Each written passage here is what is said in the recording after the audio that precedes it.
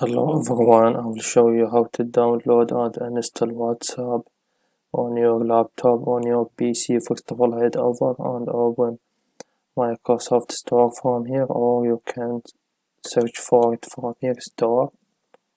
And after you search on it from here, tap on it, Microsoft Store. And after the store is opened, to show up to you WhatsApp from here, or if you didn't find it here, you can search on it from here really quick.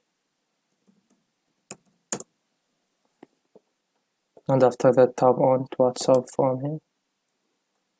And after that, tap on Get from here to download it.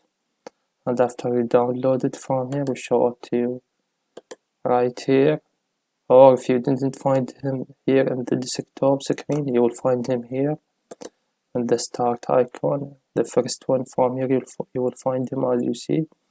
And from here, you can pin him. Tap on pin. Just tap on right click on your touchpad or your mouse. Tap on right click and tap on pin to start. And after that, you will pin him right here. And basically that's it. This is how you do it. Please leave a like on the video, and if this video helped you out, subscribe to our channel. Thank you for watching.